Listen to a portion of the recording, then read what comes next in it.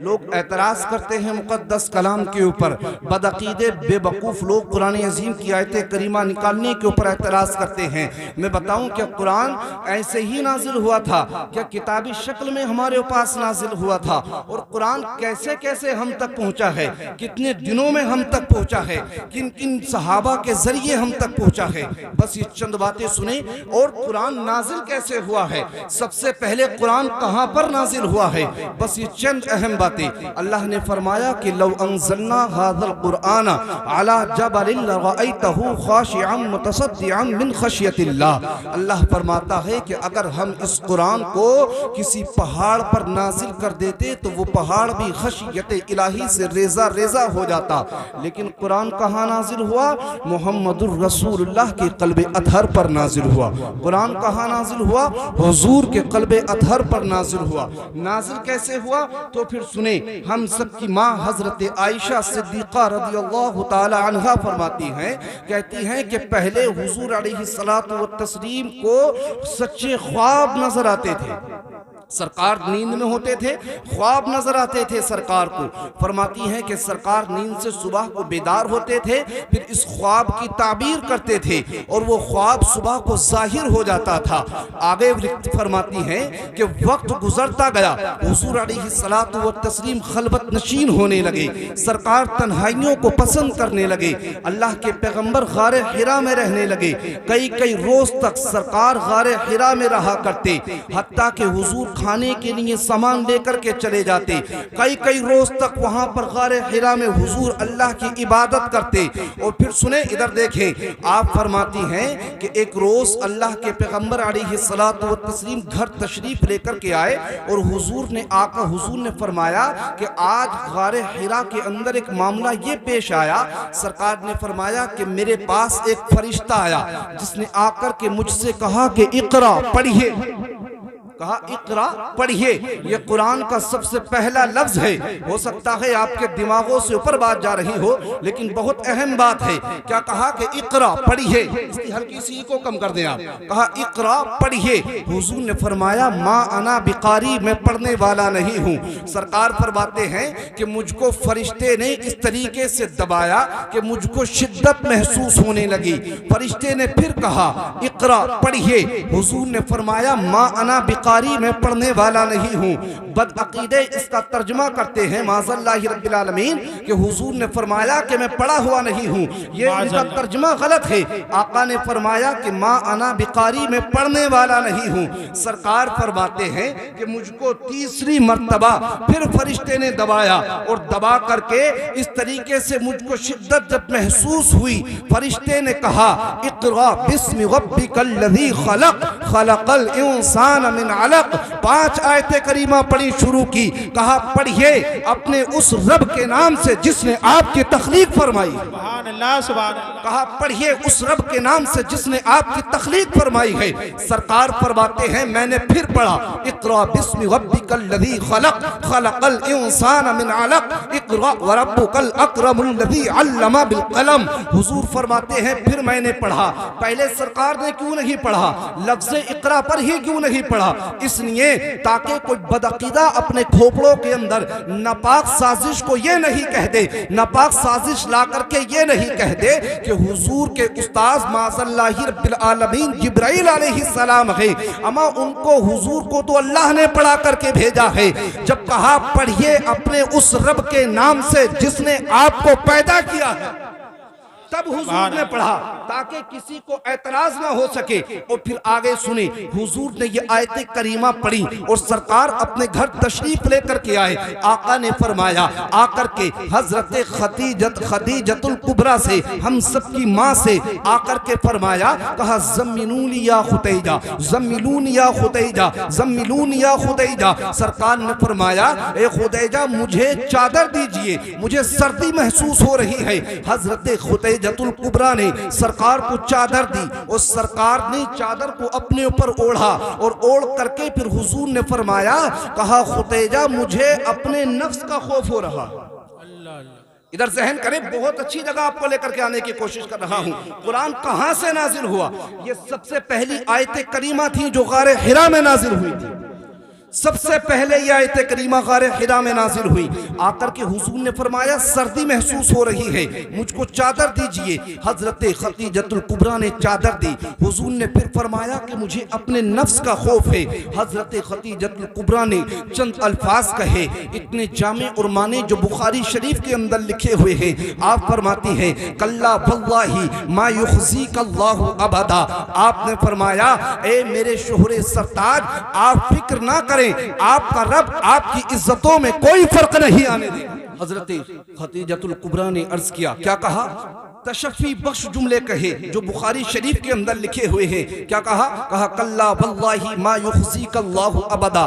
कहा ए अल्लाह के पैगंबर, आपको गमज़दा होने की जरूरत नहीं है, इसलिए कि आपका रब आपकी इज्जतों में कोई फर्क नहीं आने देगा।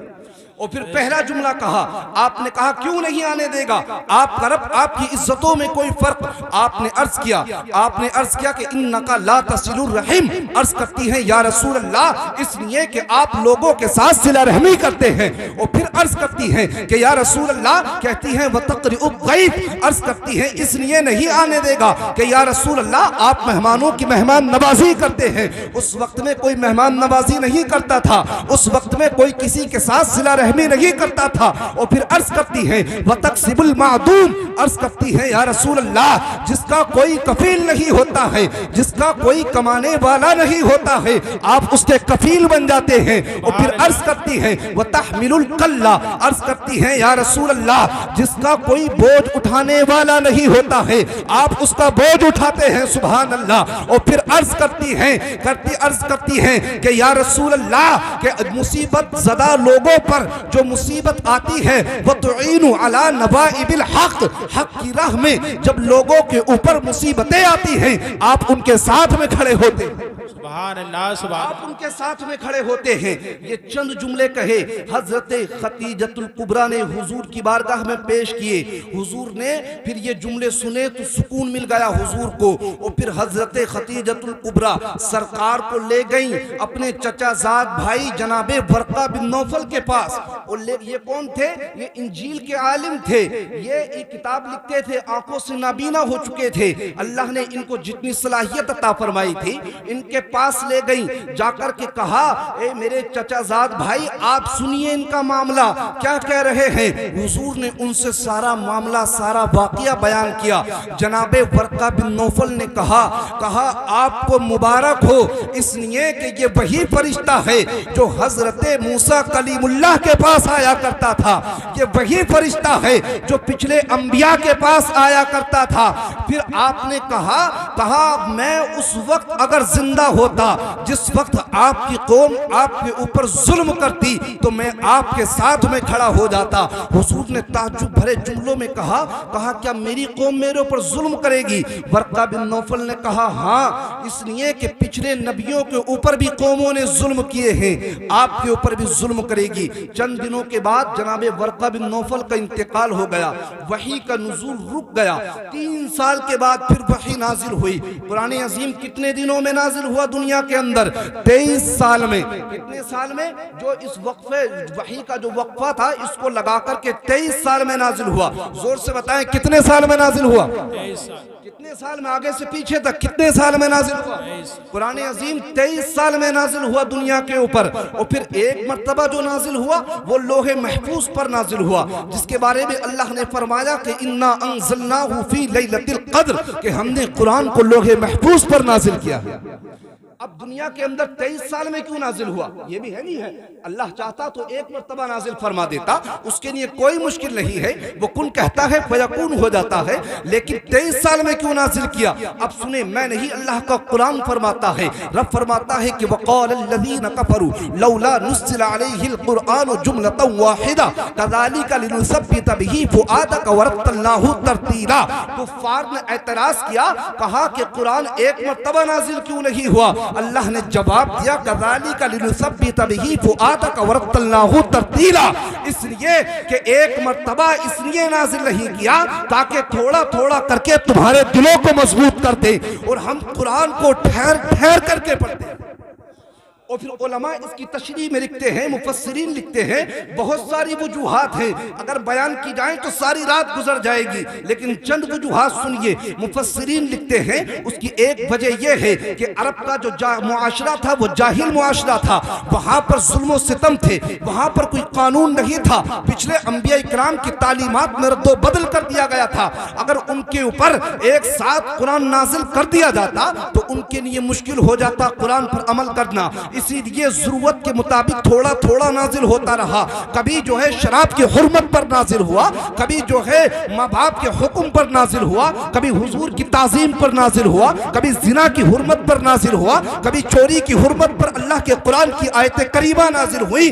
और फिर मुफस्सिरीन लिखते हैं और एक वजह यह भी है कि पिछले अंबिया इकराम पर जो किताबें नाजिल हुई वो एक मर्तबा में ही पूरी की पूरी किताब नाजिल हो गई थी। और उसकी वजह कि पिछले नबियों के पास जब हजरत तायुर सिद्रा किताब लेकर के आए तो सारी किताब एक मर्तबा में दे करके चले गए, हुजूर के पास आए तो एक मर्तबा नहीं 23 साल तक हुजूर की बारगाह में आते रहे, सुभान अल्लाह। और फिर सुने, कहते हैं उलमा लिखते हैं एक वजह यह भी है कि पिछले अंबिया इकराम जब उनके ऊपर किताबें नाजिल होती थी तो वो पैगंबर वो रसूलाने इज़ाम किताबों को लेने के लिए उस मकाम पर जाते थे जहां पर किताब नाजिल होती थी, लेकिन अल्लाह ने तुम्हारे मेरे पैगंबर को ये एजाज अता फरमाया है, ये अल्लाह ने उरूज अता फरमाया है कि हुजूर किताब लेने नहीं गए थे, बल्कि सरकार अगर लिखा हुआ है किताबों में हुजूर अगर मदीने में होते थे तो कुरान मदीने में नाजिल होता था, सरकार अगर मक्का शरीफ में होते थे तो कुरान मक्का शरीफ में नाजिल होता था, सरकार अगर ताइफ में होते थे तो कुरान ताइफ में नाजिल होता था, हुजूर अगर हुनैन में होते थे तो कुरान हुनैन में नाजिल होता था। हत्ता कि यही तक रही अगर सरकार बिस्तरे आयशा पर हुआ करते थे तो कुरान बिस्तरे आयशा पर नाजिल होता था। सुभान अल्लाह, नारे तकबीर, नारे रिसालत। तो कुरान बिस्तरे आयशा पर नाजिल होता था। कितने दिनों में नाजिल हुआ? 23 साल में नाजिल हुआ। किस लिए थोड़ा थोड़ा नाजिल हुआ? ताकि लोग सही से अमल कर सके। अब फिर इधर को सुने, लोगों ने फिर एतराज किया, लोगों ने एतराज किया कि माज़ल्लाहि रब्बिल आलमीन ये कुरान अल्लाह का कलाम नहीं है। बदअकीदों ने जब कुफ्फारे मक्का ने इस बात पर एतराज किया तो फिर सुने उसका जवाब, इधर आ जाए, अल्लाह ने उसका जवाब कितने शानदार अल्फाज में दिया। अल्लाह ने मुकद्दस कलाम के अंदर आयत करीमा नाज़िल फरमाई। अल्लाह ने फरमाया व इन कुंतुम फी गैबिन मिम्मा नज़्ज़लना अला अब्दिना फअतू बिसूगतिन मिन मिस्लिही वदऊ शुहदाअकुम मिन दूनिल्लाहि इन कुंतुम सादिकीन। अल्लाह फरमाता है जब कुफ्फारे मक्का ने एतराज किया कि ये कलाम जो है ये कलाम इलाही नहीं है तो अल्लाह ने उसका जवाब दिया। रब ने चैलेंज किया, कहा अगर तुम्हें कलामे इलाही होने में शक है जो हमने अपने बंदे खास पर नाजिल किया है तो फिर कोई भी तुम में से जितने भी हैं सब मिल जाओ, अपने झूठे माबूदों को जमा कर लो और कहा कोई कुरान की तरह एक सूरत ही ला करके दिखा, कोई कुरान की तरह एक सूरत ही ला करके दिखा दो। और यही वजह है कि आज तक और कयामत तक जितने भी उलूम फनून होंगे, बड़े बड़े इल्म फन के माहिर आए, लेकिन आज तक कोई कुरान की मिसल एक आयत नहीं लेकर के लेकर आ सका एक आयत। अच्छा, कुरान आया क्यों? कहा अल्लाह फरमाता है कि हुदल लिन्नास, लोगों की हिदायत के लिए आया। कुरान आया कहां से? कहा तंजीलुम मिन रब्बिल आलमीन, अल्लाह की जानिब से आया। कहा किस पर आया? कहा मुहम्मदुर रसूलुल्लाह, मुहम्मदुर रसूलुल्लाह पर नाजिल हुआ। अब आगे सुने किस जबान में नाजिल हुआ? अरबी जबान में नाजिल हुआ। अल्लाह फरमाता है कुरान अजीम के अंदर कि हमने रसूलों को उसकी कौम की ही जबान में उनके पास भेजा, हमने रसूलों को उसकी कौम की जबान में ही वहीं पर भेजा है। आप कहेंगे कैसे? तो फिर सुनिए, यहीं पर चंद जुमलों में सुनिएगा कि अल्लाह ने मेरे और आपके पैगंबर को बेशुमार मोजज़ात अता फरमाए। अल्लाह ने बेशुमार मोजज़ात अता फरमाए। यूं तो हुजूर की सारी जिंदगी मोजज़ा है। मैं और आप यहाँ बैठे हैं, हमारे सीनों में हुजूर का दिया हुआ ईमान है, ये भी हुजूर का मोजज़ा है। लेकिन सबसे बड़े हुजूर को दो मोजज़े अता फरमाए और अल्लाह ने हर नबी को हर दौर के एतबार से मोजज़े अता फरमाए। अल्लाह ने हर नबी को हर उस दौर के एतबार से मौजज़ात अता फरमाए। आप कहेंगे कैसे, तो फिर सुनिए कैसे अता फरमाए। आप पढ़े हजरत मूसा अलैहिस्सलातु व तस्लीम के दौर की कहानी, हजरत मूसा अलैहिस्सलातु व तस्लीम के दौर की कहानी पढ़ करके देखें। वो वक्त वो था जब हजरत मूसा अलैहिस्सलातु व तस्लीम दुनिया के अंदर तशरीफ लेकर के आए थे, तो वो जादूगरी का जमाना था। एक से एक बढ़ करके लोगों का जादू बोल रहा था, लोगों का जादू सर चढ़ करके बोल रहा था। इधर इधर देखिए, मोहब्बत से बोले सुभान अल्लाह। आप शायद बात समझ में नहीं आ रही? सुभान अल्लाह। ये बहुत अहम बात है। हर नबी को हर दौर के एतबार से मौजज़े अता किए। हजरत मूसा अलैहिस्सलातु व तस्लीम को जो मौजज़ा दिया वो मौजज़े असा दिया। और वो क्यों? इसलिए कि वो वक्त जो था वो जादूगरी का था। एक से एक बढ़कर के जादू था लोगों के पास, सर चढ़ करके जादू बोल रहा था। लेकिन जब फिरौनियों के दरबार में तमाम फिरौनियों ने रस्सियों के सांपों को, रस्सियों को जादू के जरिए सांप बना दिया और हजरत मूसा कलीमुल्लाह को दरबार में बुलाया गया, तो अल्लाह ने जो आपको मौजज़े असा अता फरमाया था, वो मौजज़े असा को हजरत मूसा ने सांप बनाया और वो सांप सारी रस्सियों को निगल करके दोबारा से फिर असा का असा बन करके रह गया।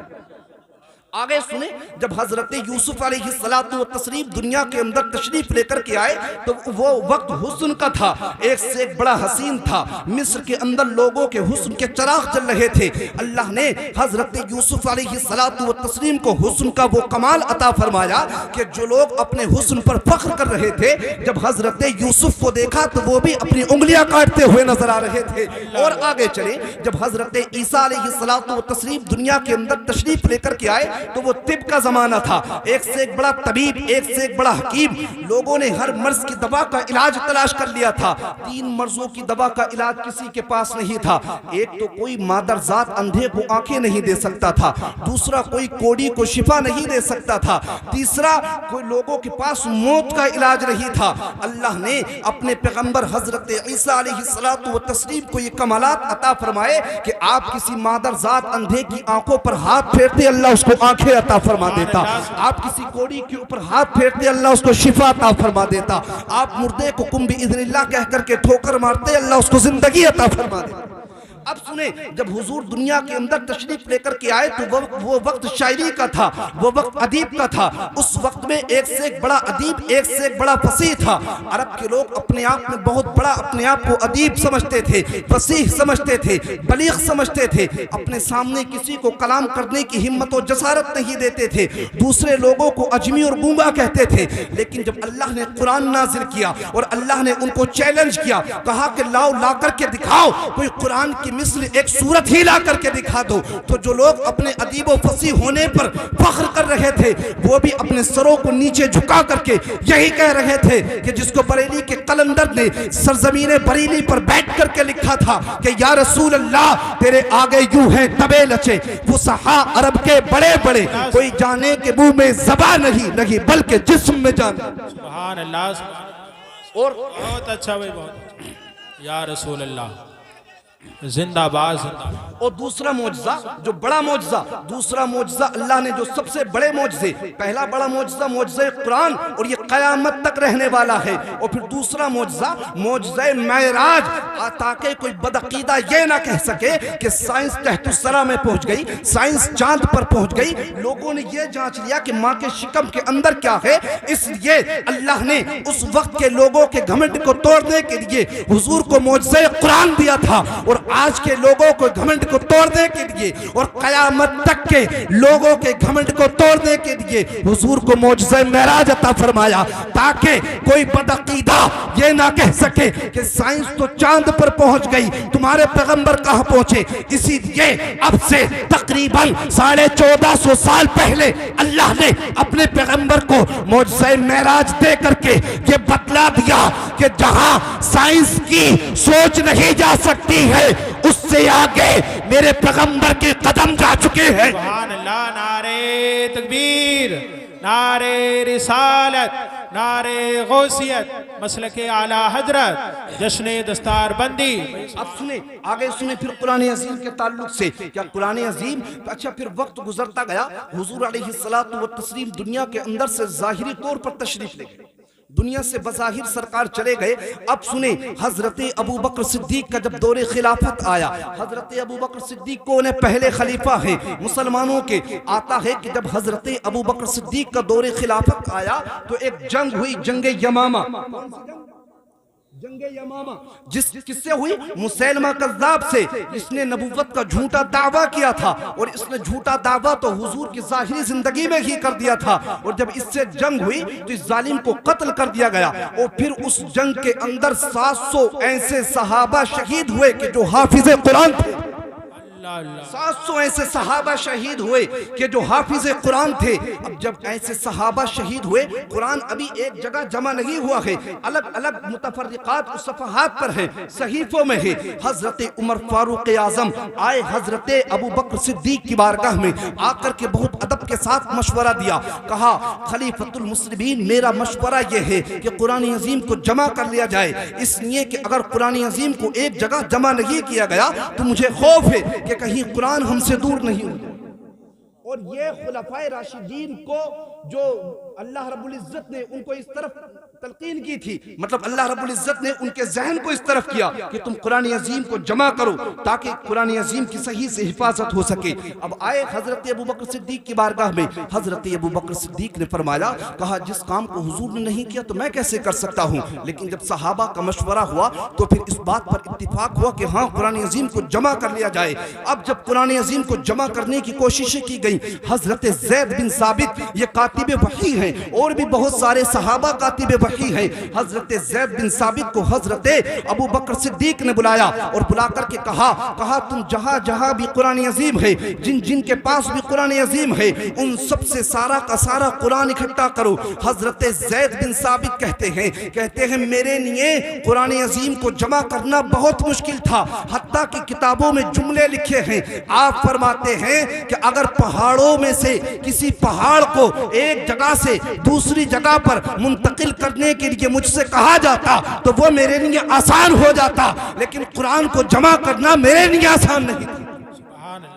और फिर हजरत उमर फारूक आजम ने मस्जिद नबवी के अंदर खड़े होकर के ऐलान किया। आपने ऐलान किया, जिस किसी के पास जो भी सहीफा है, जो भी आयतें हैं, जो भी कुरान अजीम का जुज है, वो हमारे पास लेकर के आए। हजरत ज़ैद बिन साबित, हजरत फारूक आजम मस्जिद नबवी के दरवाजे पर बैठ गए और जो भी कुरान की आयतें लेकर के आते उस पर 2 गवाह पेश करते थे। और किताबों में लिखा है हजरत ज़ैद बिन साबित भी हाफिज़े कुरान थे और हजरत अबू बकर सिद्दीक भी हाफिज़े कुरान थे। हजरत अबू बकर सिद्दीक भी हाफिज़े कुरान थे। और ये जमा मतलब गवाह क्यों लेते थे? मुबालगे के तौर पर, एहतियात के तौर पर, ताकि कल को कोई बदअकीदा एतराज ना कर सके। अब कुरान अजीम जमा होना शुरू हो गया। अब हजरत अबू बकर सिद्दीक के दौरे खिलाफत में भी कुरान अजीम एक जगह तो हो गया, मतलब अलग अलग सहाइफ में, अलग अलग सहीफों में, ऐसे समझ लीजिएगा कि जैसे कुरान अजीम के 30 सिपारे पेटी में अलग अलग होते नहीं होते, ऐसे ही अलग अलग सहीफों में जमा हो गया। वही सूरतों पर तरतीब दी कि जिस तरतीब पर हुजूर अलैहिस्सलातु व तस्लीम ने अपने सहाबा को तलकीन की थी, वही तरतीब दी गई, वही तरतीब दी गई, लेकिन अलग अलग सहीफों में था।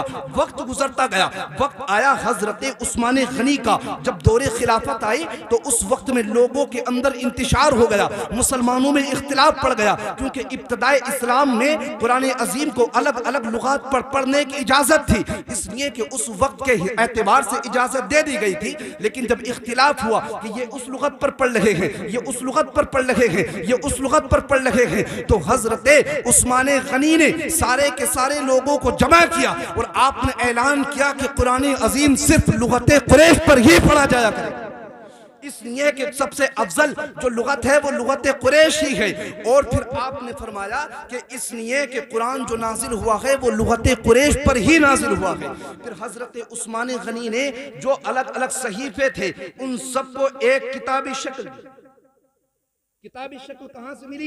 हजरत उस्मान गनी के दौर से।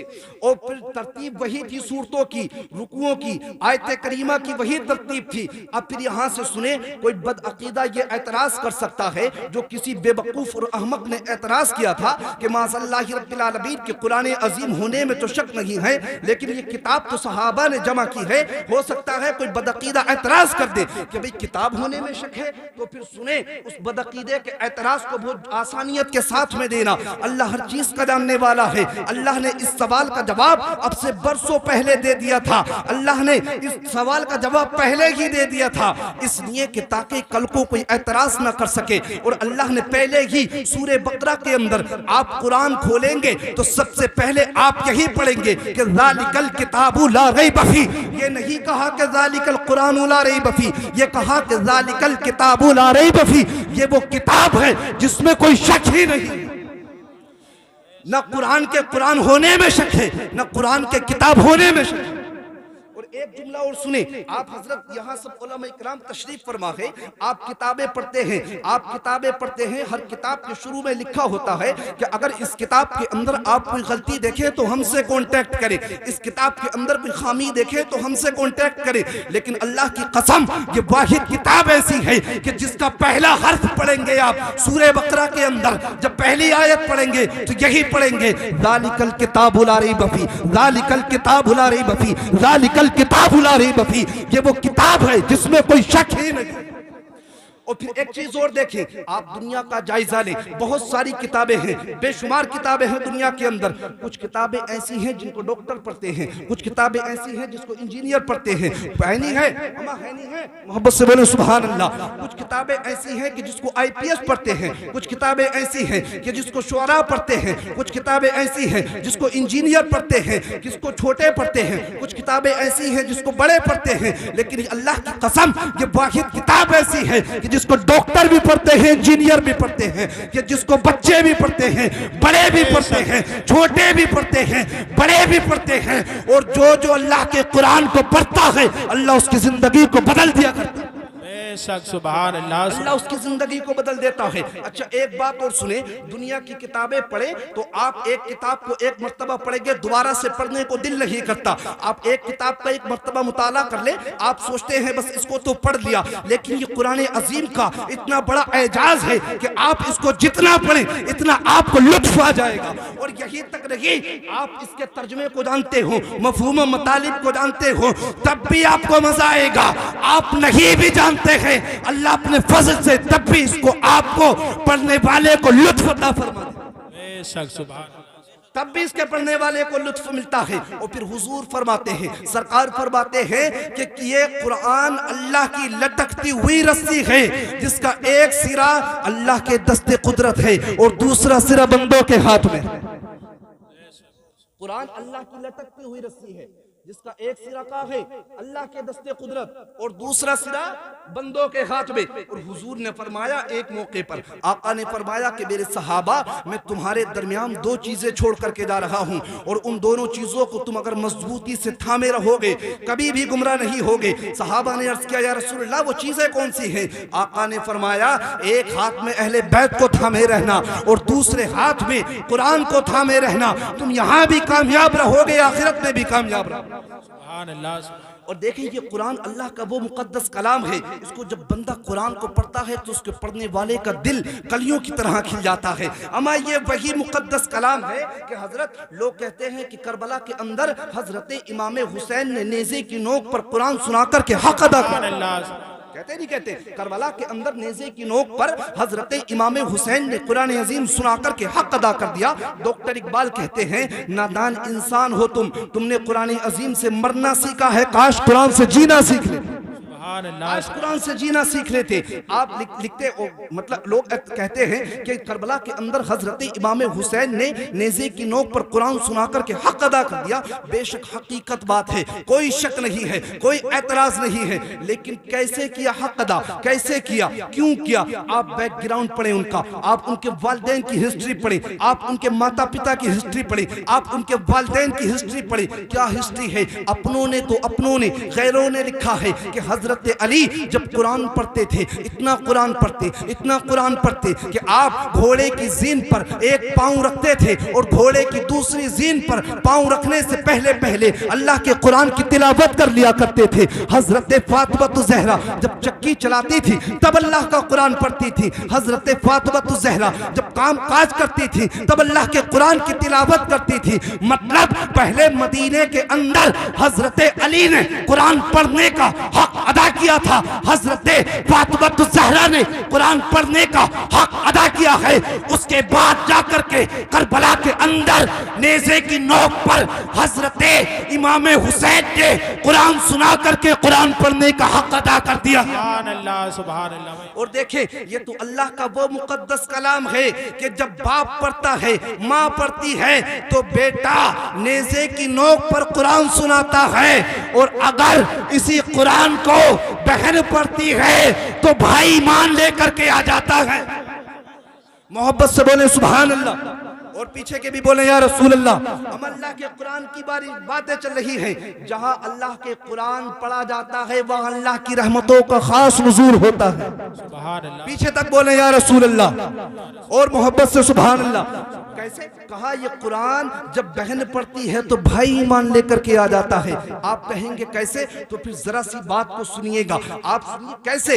यही हजरत उमर फारूक आजम तलवार लेकर के चले थे। किसी ने पूछा उमर कहाँ जा रहे हो? कहा जाना कहाँ है, बानी इस्लाम के सर को तन से जुदा कर देंगे। कहा क्यों? कहा ना वो होंगे ना इस्लाम आगे बढ़ेगा, ना वो होंगे ना इस्लाम आगे फैलेगा। उसने मुस्कुरा करके कहा उमर सुनो, बानी इस्लाम के सर को तन से बाद में जुदा करना, हमने सुना है तुम्हारी बहन भी ईमान लेकर के आ गई है। सुभान अल्लाह। हमने सुना है तुम्हारे बहनों भी ईमान लेकर के आ गए हैं। उमर ने इतना सुना तो चेहरा गुस्से से लाल हो गया और चल दिए फारूक आजम बहन के दरवाजे की तरफ। हाथ में तलवार है, गुस्से में जा रहे थे हजरत फारूक आजम। और जब बहन के दरवाजे पर पहुंचे तो देखा कि अंदर से कुरान पढ़ने की आवाजें आ रही हैं। दस्तक दी, बहन ने खामोशी इख्तियार की और कुरान अजीम को उठा करके रख दिया।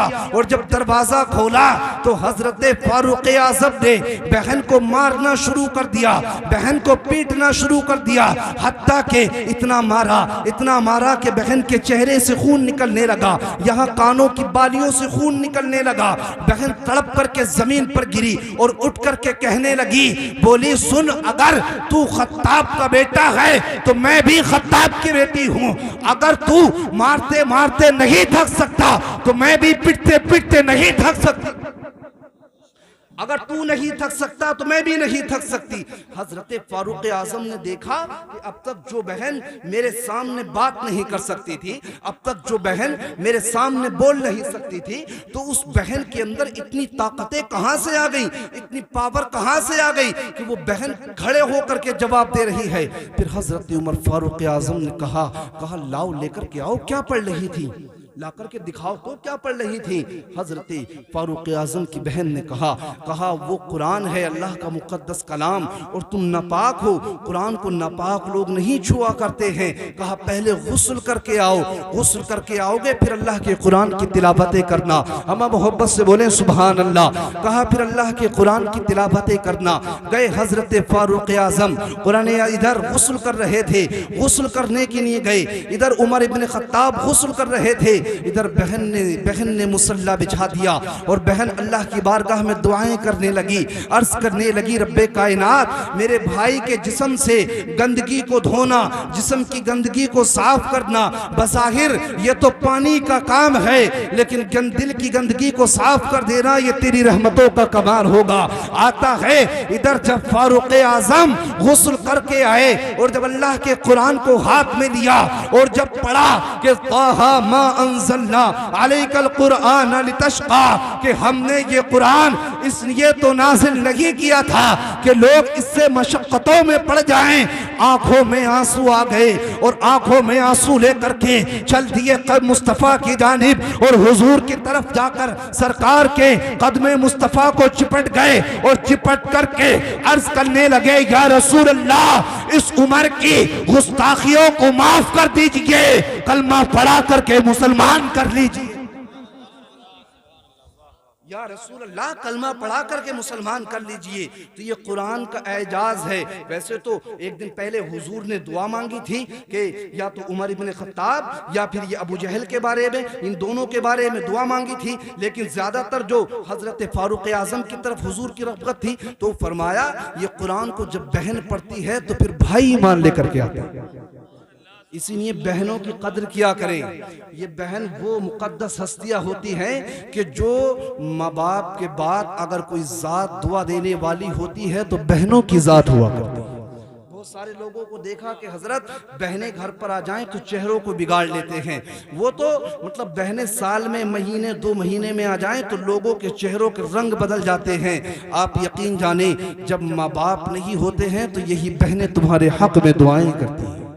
इन बहनों की कदर करें, इन माओं की कदर करें। और ये कुरान अल्लाह का वो मुकद्दस कलाम है, इस कुरान अजीम की तिलावतें करें। आप देखें कि अल्लाह का वो पाकीज़ा कलाम है कि जब माँ पढ़ती है, बहन पढ़ती है तो भाई ईमान लेकर के आ जाता है। और यहीं तक नहीं, आप तारीखें पढ़ करके देख लें कि जब जब भी कुरान पढ़ा गया है लोगों की तकदीर बदल गई, लोगों की तकदीर बदल गई है। आप कहेंगे कैसे? तो आप तारीखें उठा करके देख लें, आप तारीखें पढ़ें। हजरत गौसे आजम के बारे में पढ़ के देखें। हजरत गौस पाक के वालिद अल्लाह के कुरान की तिलावत करते थे। हजरत गौसे आजम के वालिद मोहतरम मुकद्दस कलाम की तिलावत करते थे। आपकी वालिदा मोहतरमा तो 18 पारों की हाफिजा थी और इतने कुरान के पारों की तिलावत की थी कि जब दुनिया के अंदर हजरत गौसे आजम आए थे तो 18 पारों के हाफिज कुरान बन करके आ गए। 18 पारों के हाफिज कुरान बन करके आ गए थे। ये किताबों में लिखा हुआ है। लेकिन आप देखें आजकल के माहौल देखें, हर चीज के लिए वक्त होता हमारे पास, होता नहीं होता, हर चीज के लिए टाइम होगा। आप देखें घर के अंदर सीरियल चल रहा, उसके लिए टाइम है। घर की औरतें सीरियल में वक्त गुजार रही हैं, घर के नौजवान न जाने कहां कहां टाइम गुजार रहे हैं। वक्त नहीं है तो अल्लाह के कुरान पढ़ने के लिए तुम्हारे और हमारे पास लो इल्ला माशाअल्लाह सबकी बात नहीं है। लोगों के पास कुरान अजीम पढ़ने के लिए वक्त नहीं है। हम इस कुरान को सीने से लगाएं और यकीन जाने कि जब माएँ कुरान पढ़ती हैं और ऐसे पढ़ें कुरान, ऐसे ऐसे तिलावतें करें कि रातों को उठ उठ करके अल्लाह के कुरान की तिलावतें करें। अपनी बेटियों के हाथों में ये सीरियल नहीं दिखाएं, मोबाइल नहीं दें। अपनी बेटियों के हाथों में शायरी ये नावल नहीं पढ़ना सिखाएं अपनी बेटियों को। अगर अपनी बेटियों को पढ़ना ही सिखाना है तो फिर कंजुल ईमान पढ़ना सिखा दें। अपनी बेटियों को अगर पढ़ना ही सिखाना है तो हजरत फातिमा ज़हरा की सीरत पढ़ना सिखा दें। इसलिए कि अब कोई हुसैन तो नहीं आ सकता है, लेकिन अगर बेटी कनीज़े फातिमा बन जाए तो औलाद गुलाम हुसैन बन करके आ जाए। बेटी अगर कनीज़े फातिमा बन जाए तो औलाद गुलाम हुसैन बन करके आ जाए। है नहीं है? आप कहेंगे लेकिन वक्त ही कहाँ है? सीरियल देखने से टाइम मिले तब ना, नावल पढ़ने से वक्त मिले तब ना। अब देखिए इतने हालात खराब, कितनी ऐसी मुसलमान बेटियां जो गैरों के साथ जा रही हैं। बताओ, सोशल मीडिया आप खोल करके देखें, कितनी ऐसी हमारे कौम मुस्लिम की बेटी है, कलमा पढ़ती है, हुजूर का मुस्तफ़ा की शरीयत पर अमल करती थी, लेकिन दीन से फिर गई, मुर्तद हो गई। इसके कहीं ना कहीं जिम्मेदार माँ बाप भी हुआ करते हैं, वालिदैन भी इसके जिम्मेदार हैं। देखिए शादी ब्याहों के हालात देख लें, उसके अंदर बेपर्दगी, न भाई को गैरत, न माँ को गैरत, न बाप को गैरत। बहन बेपर्दा घूम रही है, किसी को कोई परवाह नहीं है। इसीलिए अपनी बेटियों के हाथों में सीरत फातिमा ज़हरा दें। अपनी बेटियों को ये नावल पढ़ना नहीं सिखाएं, अपनी बेटियों को हुजूर के सहाबा की बीवियों की सीरत पढ़ना सिखाएं। अपनी बेटियों को हुजूर की बेटी फातिमा ज़हरा की किरदार सिखाएं। इसलिए कि जब माँ बाप नेक होते हैं तो औलाद नेक बन जाती है, जब माँ नेक होती है तो बेटी नेक बनती है, जब बाप नेक होता है तो फिर बेटा नेक बनता है। जिसका बाप जुआरी हो तो बेटा कहां से नेक बन जाएगा? इल्ला माशाअल्लाह। जिसका बाप शराब पीता हो तो बेटा कैसे मुत्तकी बनेगा? अम्मा, जिसका बाप शराब पीता हो बेटा कहां से मुत्तकी बनेगा? जब माँ परहेज नहीं करेगी, जब माँ पर्दा नहीं करेगी तो बेटी पर्दा कहां से करेगी? हमने देखा, आपने देखा होगा, जिन घरों के अंदर माँ बाप वालिदैन नमाज पढ़ते हैं उन घरों के अंदर छोटे छोटे बच्चे भी नमाज पढ़ना शुरू कर देते हैं। छोटे छोटे बच्चे नमाज पढ़ना शुरू कर देते हैं। इसीलिए अपनी बेटियों को कनीज़े फातिमा बनाए। और यकीन जाने, जब ये बेटियां कनीज़े फातिमा होती हैं, जब ये बेटियां अल्लाह के कुरान की तिलावत करती हैं, जब बाप अल्लाह के कुरान की तिलावत करता है, तो फिर औलादे नेक बन जाती हैं। आप कहेंगे कैसे? आप एक जरा सी मिसाल ले लीजिए कि जब कोई बहन या माँ कोई बेटी उम्मीद से होती है तो डॉक्टर के पास जाते नहीं जाते, तो डॉक्टर कहता है भाई आप जो है सेब खिलाएं, संतरे खिलाएं, आप बादाम खिलाएं। आप पूछे क्यों? तो जवाब मिलता है इसलिए कि इसके शिकम के अंदर जो बच्चा है, ये औलाद जब ये माँ फ्रूट्स खाएगी तो उस बच्चे के ऊपर असर पड़ जाएगा, उस बच्चे के ऊपर असर पड़ जाएगा। अब बताएं कि अगर माँ सेब संतरा खाए तब बच्चे पर असर पड़ जाता है, माँ अगर अल्लाह के कुरान की तिलावत करे तो बच्चे पर असर नहीं पड़े।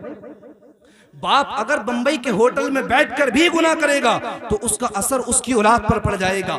आप कहेंगे कैसे? तो जरा सी मिसाल ले लीजिए। यही हजरत गरीब नवाज के बारे में पढ़ के देखें। हिंदुस्तान की धरती पर जो आए हजरत गरीब नवाज, आपके वालिद भी आलिम थे, माँ आलिमा थी, बाप आबिद थे, माँ आबिदा थी, बाप मुत्तकी थे, माँ मुत्तकिया थी, अल्लाह के कुरान की तिलावत करते थे, हदीस मुस्तफ़ा पढ़ा करते थे, हुजूर की शरीयत पर अमल करते थे। उसका रिजल्ट ये मिला कि उनका बेटा जब हिंदुस्तान की धरती पर आया, 90 लाख काफिरों को कलमा पढ़ा करके मुसलमान कर दिया। आप देखें, जब माँ बाप नेक होते हैं तब औलादे नेक बन जाती हैं। मतलब जैसा बाप होता है वैसी औलाद होती है, जैसी जमीन होती है वैसी ही फसल हो जाती है।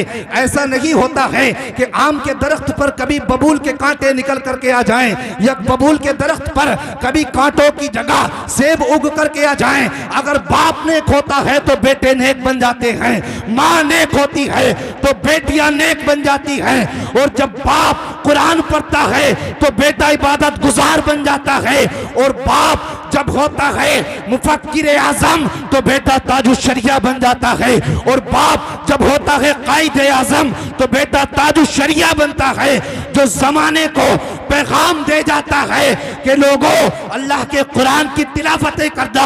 और जिसको अपने जुमलों में किसी ने पिरो करके कहा था, है कौले मोहम्मद कौले खुदा, फरमान न बदला जाएगा, बदलेगा जमाना लाख मगर कुरान न बदला जाएगा।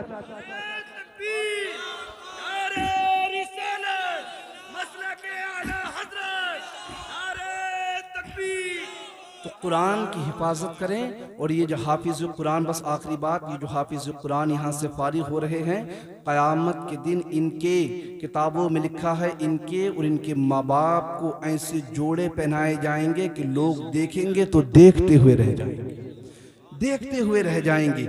ऐसे ताज रखे जाएंगे। साहिब कुरान खुद आकर के हिफाजत करेगा और कहेगा, पूछेगा इंसान तू कौन है? तो ये कहेगा कि मैं कुरान हूँ, अल्लाह ने मुझे ये शक्ल सूरत दी है, दुनिया में तू मेरी हिफाजत करता था, आज मैं तेरी हिफाजत करूँगा।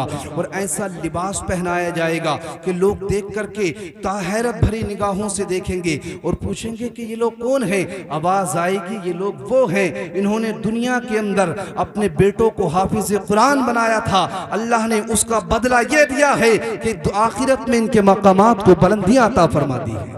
अल्लाह पाक हम सबको इन बातों पर अमल की तौफीक अता फरमाए और रब्बे कायनात हम सबको मुस्तफ़ा के दीन पर अमल करने की तौफीक अता फरमाए। जो गलत हो गए हो उसको माफ़ फरमाए। बुलंद आवाज़ से कलमा शरीफ पढ़ लीजिए एक मरतबा, ला इलाहा इल्लल्लाहु मुहम्मदुर रसूलुल्लाह सल्लल्लाहु तआला अलैहि वसल्लम। व आखिरु दअवाना अनिल हम्दुलिल्लाहि रब्बिल आलमीन। अस्सलामु अलैकुम व रहमतुल्लाहि।